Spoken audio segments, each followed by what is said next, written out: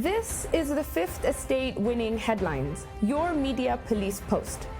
In this segment, we summarize some of the headlines that you might have missed this morning. But we also take a look at the political pieces that we call cartoons in this country. Today is the 30th of July 2019, and I am 2J. I am 2M. And I am Miss K, your host. Again, in case you missed it, this is Winning Headlines. Let's take a look at today's headlines. Daily Nation, Smiling with Angels. Wow. The Star, Governor Laboso, the Bomet Trailblazer. And The Standard, I want to go home and rest. Yeah. This is an ode to Dr. Joyce Cherono Laboso. Absolutely. A trailblazer. For a lady that joined politics by accident, Yes. she is very accomplished. Yeah, she is one of the only three, okay, now the remaining two governors. And first female deputy speaker. Yes. Wow. I think that you have to look back at her history. Firstborn in her family, I think that was her first leadership role. Yeah. Took on politics when her sister passed away in a tragic plane crash. Yes. English came on a boat. Yeah. And was a doctor of linguistics and French. And French, at the University of Egerton, Wow. It's quite impressive. Yeah. She was indeed a trailblazer. Absolutely. But I think it's quite sad that this is the third person we're talking about who has passed away To from cancer. in this 1 month. Guys, let me tell you, 32,000 people dying from cancer in this country is a genocide. All right, and instead of us putting our energies into fighting corruption that does not kill 30,000 people, why doesn't cabinet meet to discuss these things? Yeah, I know. The statistics are quite alarming. In 2012, we had 20,000 cases of cancer. Yeah. And then only 4 years later, it doubled to 40,000. And they're saying that we have 15,000 people dying every year. It's crazy. Let me tell you, maybe I think we need a revolution, and we have Indian doctors coming from India to just do cancer business here. I think what we need is the Indian model, not the doctors themselves. Yes. We need the ability to be able to detect it early. Then you will not have Dr. Joyce Cherono Laboso passing away and leaving us with a legacy that we will just cherish, that would have saved her life if we had early detection, if we had cheaper treatment, and if we had specialization. Yeah, I think that's true. We reported on a story the other day about how we're spending 10 billion shillings annually on medical treatment abroad. And unfortunately, a lot of those people who spend that money they're on the wealthier side of the Kenyan population. So unfortunately, you're leaving behind like close to 99% of the population who cannot afford, you know, that daily treatment. And there's a lot of stigma behind it. Yes. I agree. And when you look at it, not everyone has the resources that Dr. Laboso had, or that Bob Collymore had. Yes. And if you look at the statistics you've given us, it boils down to one Kenyan, and this is a Kenyan of every walk of life, dying every 15 minutes to cancer. Yes, and that's crazy. It is. That's crazy. The fact that we put our energies into things, into trivial things, and yet you're losing 30,000 people a year. I mean, this is sadistic. So I'm going to bring our three-part criteria, though I do not think it applies because this is an ode to a lady who lived a good life. And we have a three-part criteria that we use to break down the headlines for you. We ask ourselves, is this headline topical or is it speculative? Is it repetitive or is it groundbreaking? And finally, is it thoughtful or just plain lazy? And I say today we shelve our criteria and we bank all of the headlines. Yes. Enjoying and celebrating the life of Dr. Joyce Laboso. Again, we are with the family. We give our thoughts and our prayers to them as they go through this trying time. Yes. On to our next segment, the political pieces that we call cartoons in this country. Just like the headlines, we have a three-part criteria that we use to break them down for you. We ask ourselves, is it humorous or is it dry? Is it satirical or is it pessimistic? And finally, is it effective or just plain lazy? I see we decided to start on humor. Before I analyze it, let me describe it. Caricature of Kiambu Governor Waitito, and there, sadly, we shouldn't laugh. But it's funny. He was on the dock with his wife. And now you see that's not funny. But there are orderlies here, and the best man to Alibu Barak of EACC is Paul sprinkling graft charges on Governor Waitito. And the person who's holding the rings, the bands of marriage, is none other than Gestapo. But the rings are handcuffs. Handcuffs, right? And the judge for corruption, this is called the smiling assassin because he takes people to jail when he's smiling. He's a judge. Look, and you can see, by the way, there's a hyena. There's a hyena over there. This is groomsman. He's a hyena. But guys, I've been having a thought. Yeah. And Dad, before you have your thought, we have another cartoon that has a similar depiction of Governor Waititu, but this time he's going through my least favorite thing, the AG scanner. Metal detector. Yes. All right, and it's beeping. And it's beeping because he's been caught. He's been caught with charges.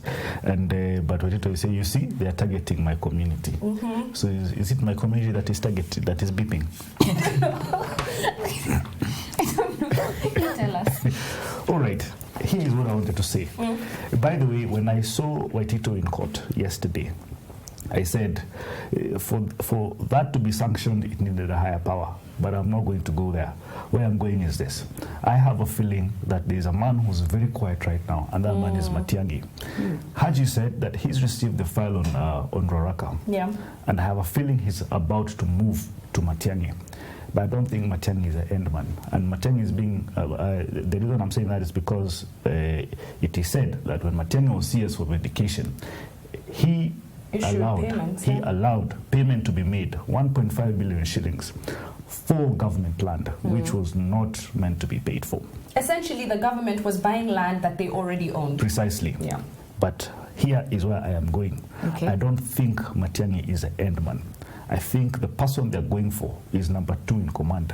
But for them to get to number 2 in command, they will arrest the favorite.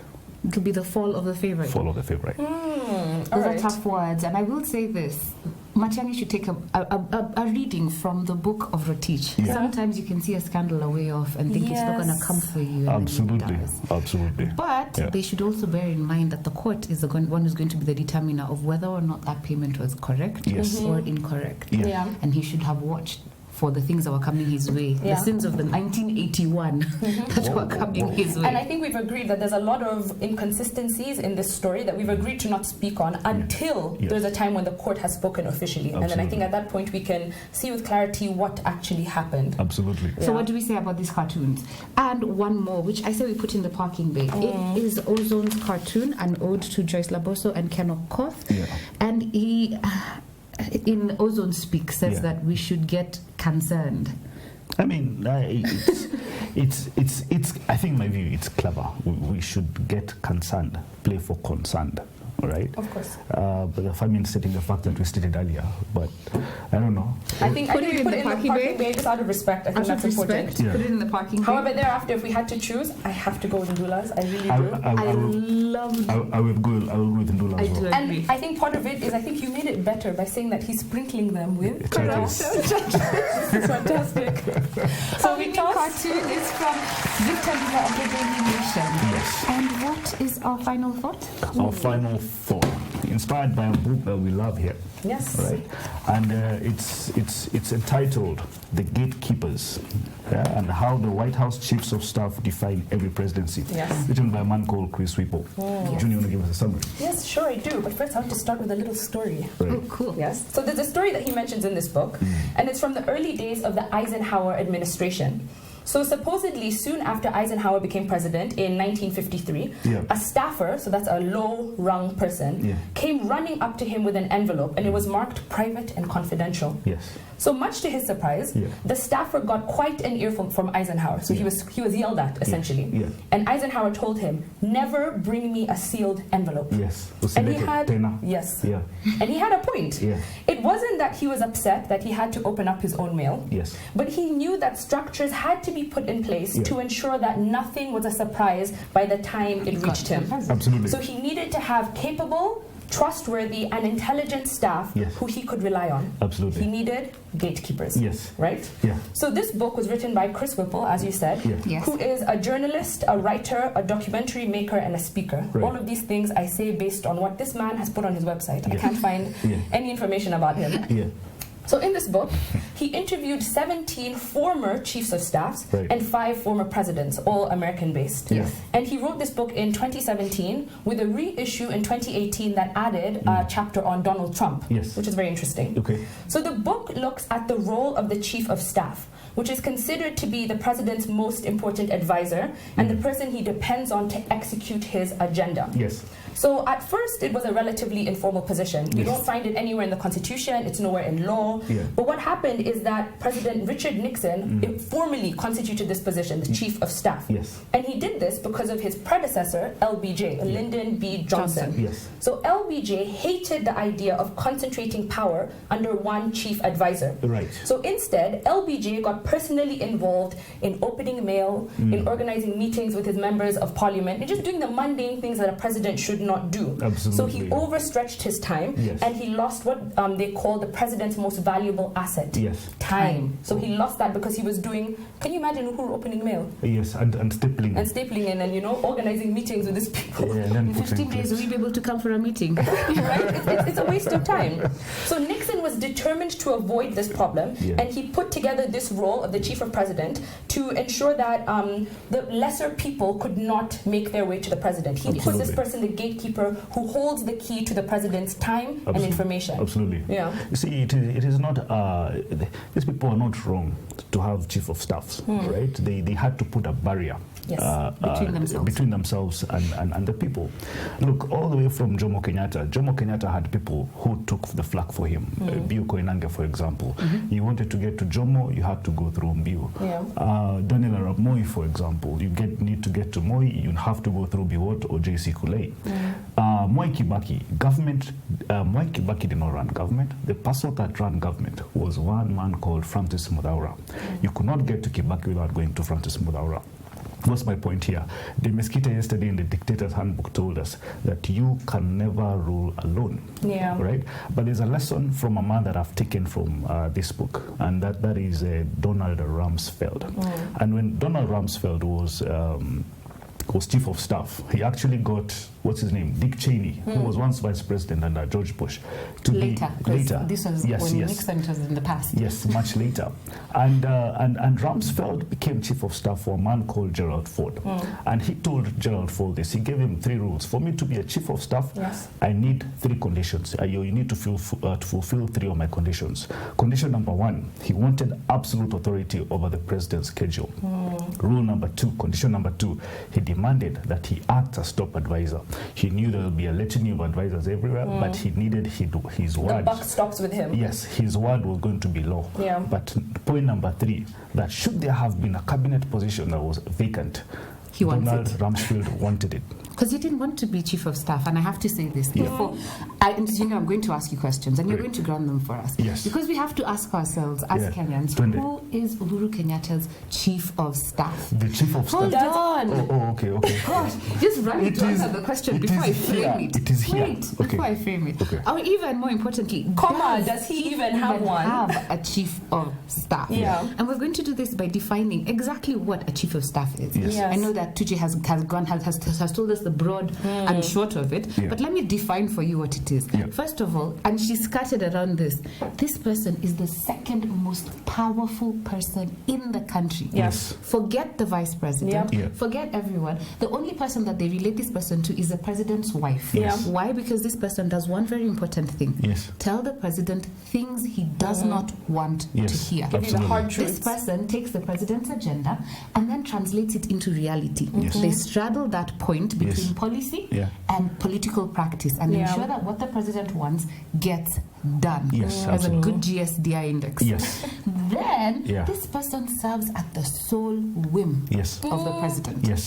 Which means that the president hires them without any oversight, parliamentary or otherwise. They're not elected, Not elected. This person is unconfirmed. And finally, this person ensures that no modern presidency can function efficiently without one. I have an answer. I think they say for the past 5 presidents, the longest serving one had had the longest serving chief of staff was 5 years. 5 years, because the average time is 18 months. Yeah. It's too hard a job. You compare that with Ronald Reagan, who went through 5 chief of staffs in his one term. Yes. Which is, it shows how quickly this person, the turnover is. Turnover is very high. Yeah. But because you could tell me something, I hit it and I fire you on the spot. So what time do I answer your question? Right I want to answer now. Right now. Okay. Tell me, Okay. who is President Uhuru Kenyatta's chief of staff? Does he even have one? The chief of staff of Uhuru Kenyatta is Uhuru Kenyatta.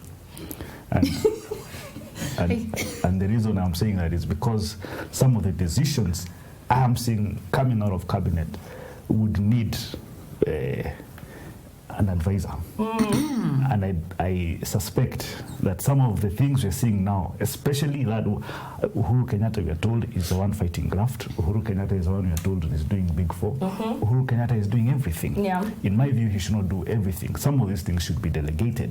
Yes. The reason why Kibaki was successful, it's because the power of chief of staff was not domiciled at State House. Right? Who was the chief of staff? It was domiciled at Harambee House, the administration capital of government. The chief of staff was the head of civil service, and that was Francis Mudaura. And you see, they could stand up to Kibaki and say, hey, boss, you cannot do this. Yeah. Right? And Kibaki would ask why. Say, because this will embarrass you in the future.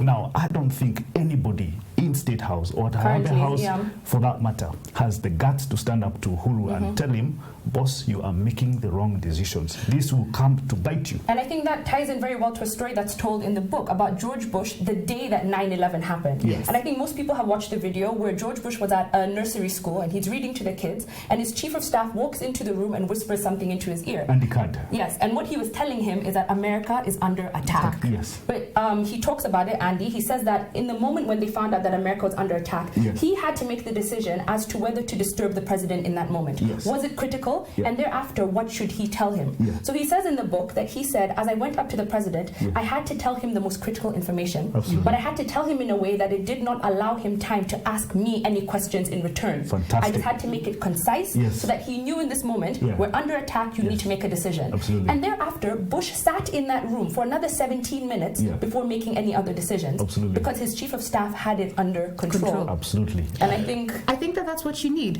Because here's the thing that they talk about. There's a concept in the book that I think was coined, I forget by which chief of staff.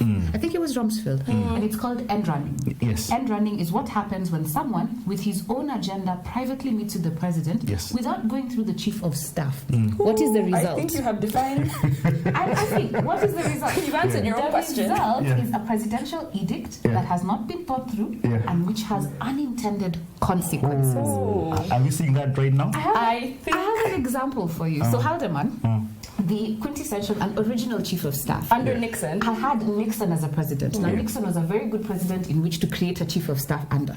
Because he was mad. He would come up with crazy ideas and then tell them to the chief of staff to do them. And it was the chief of staff's job to decide, am I going to do this?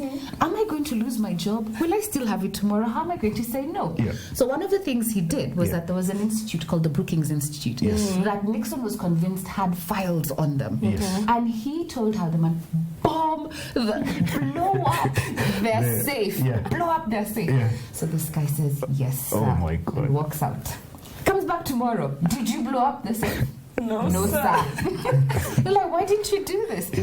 Why? No, we're not going to do this. So if you have someone like, for instance, a different person who'd come and convince the president, you know what, we can actually do this. And in the book, they call it the spokes of the wheel. Yes. Where you have a number of 8 advisors, instead of centralizing. I know it goes against everything we say to centralize power in one individual.